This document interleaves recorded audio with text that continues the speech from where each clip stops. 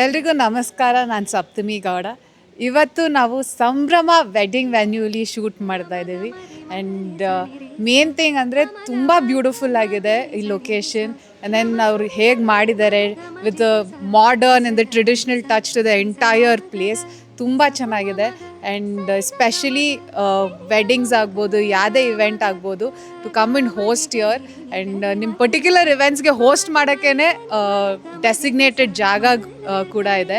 And ಸಿಟಿಗೂ ಹತ್ತಿರ, it's right just after Bannerghatta main road ನಿಮಗೆ ಸಂಭ್ರಮ ವೆಡ್ಡಿಂಗ್ ವೆನ್ಯೂ ಸಿಗುತ್ತೆ.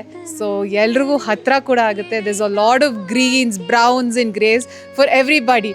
ಅಂದರೆ ಇವಾಗ especially young couples, I think they're looking for something that goes with both traditional and modern, and I think this wedding venue has it all.